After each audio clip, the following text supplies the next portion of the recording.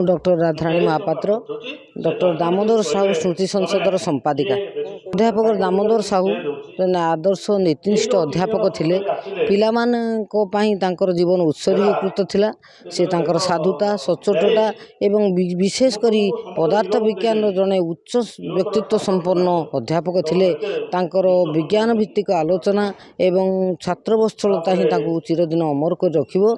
से वरिष्ठ साहित्यिक डॉक्टर कृष्णचरण बेहेरांकर जामाता भाव नुहे निजर एक स्वतंत्र परिचय भद्रकर साहित्यिक मंडल एवं छात्र मंडल रे सृष्टि करि पारथिले। आमे तांकर स्मृति रक्षा पाई विगत 5 वर्ष बर्तमान 6 वर्ष है बर्तमान तांकर श्राद्धोत्सव पालन करि आसु एवं जड़े वरिष्ठ वैज्ञानिक को तांकर स्मृति सम्मान प्रदान करी ए वर्षर स्मृति सम्मान ग्रहण करचंती डॉक्टर रामचंद्र नायक। से मध्य जड़े जड़े फिजिक्स अध्यापक एवं साहित्यिक मध्य अटंती। तेणु आमे बहुत खुशी जे एभली स्मृति रक्षा कार्यक्रम चालू रही।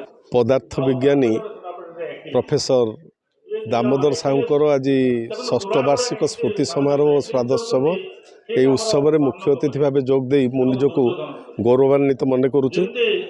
डॉक्टर दामोदर साहू एकाधार थिले जड़े कर्तव्यनिष्ठ समय सचेतन अध्यापक तथा भल मनीष। तांको स्मृति रे यही स्मृति सभा पालित हवा अन्य मानक पई प्रेरणादायक निश्चय। तांको स्मृति रे प्रतिवर्ष जड़े विशिष्ट पदार्थ विज्ञानी को दिया जाउची स्वर्गत दामोदर साहू स्मृति सम्मान। एवर्ष यही स्मृति सम्मान पाई विशिष्ट पदार्थ विज्ञानी डॉक्टर रामचंद्र नायक एवं तांकर जीवनचर्या एवं व्यक्तित्व आगामी पीढ़ी को निश्चय प्रभावित करिवो एहा आमे आशा करुचु एवं भद्रकवासी हृदय रे से चिरकाल जी रहिबे। आमे संपर्क रे गभीर भाव में आस्थावान। समस्त को नमस्कार, धन्यवाद।